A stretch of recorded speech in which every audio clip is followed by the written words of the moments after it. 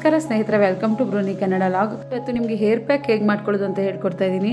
Hair pack ಮಾಡ್ಕೊಳ್ಳಿಕ್ಕೆ ಏನೇನು ಬೇಕು ಅಂದರೆ ಅಲೋವೆರಾ ಜೆಲ್, ದಾಸವಾಳ ಎಲೆ ಮತ್ತು ದಾಸವಾಳ ಹೂ, ಒಂದು ಅರ್ಧ ಈರುಳ್ಳಿ, ಕರಿಬೇವು ಹಾಗೂ ಅಗಸೆ ಬೀಜ ಮತ್ತು ನೆನೆ ಹಾಕಿರೋ ಮೆಂತ್ಯ.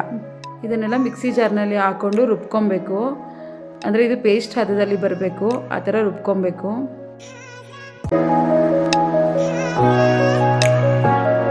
ಪೇಸ್ಟ್ಗೆ 2 ಸ್ಪೂನಷ್ಟು ಕೊಬ್ಬರಿ ಎಣ್ಣೆನ, ಪ್ಯೂರ್ ಕೊಬ್ಬರಿ ಎಣ್ಣೆನ ಉಗುರು ಬೆಚ್ಚಗೆ ಮಾಡಿಕೊಂಡು ಹಾಕ್ಕೊಬೇಕು.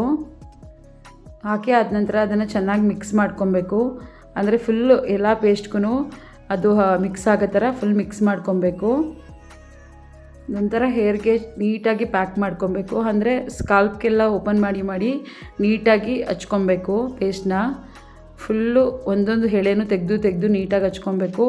ಏರ್ಗೆ ಕೂಡ ಹಚ್ಚಬೇಕು. ಇದನ್ನು ನೀಟಾಗಿ ಪ್ಯಾಕ್ ಮಾಡಬೇಕು. ಪ್ಯಾಕ್ ಎಷ್ಟು ಒಳ್ಳೆಯದಂದರೆ ನೀಟಾಗಿ ಹೇರು ಬೆಳೆಯುತ್ತೆ, ಕೂದಲು ಉದ್ರದ್ದು ಕಡಿಮೆ ಆಗುತ್ತೆ, ಕಡಿಮೆ ಎಲ್ಲ ಫುಲ್ ಕಮ್ಮಿ ಆಗಿಬಿಡುತ್ತೆ.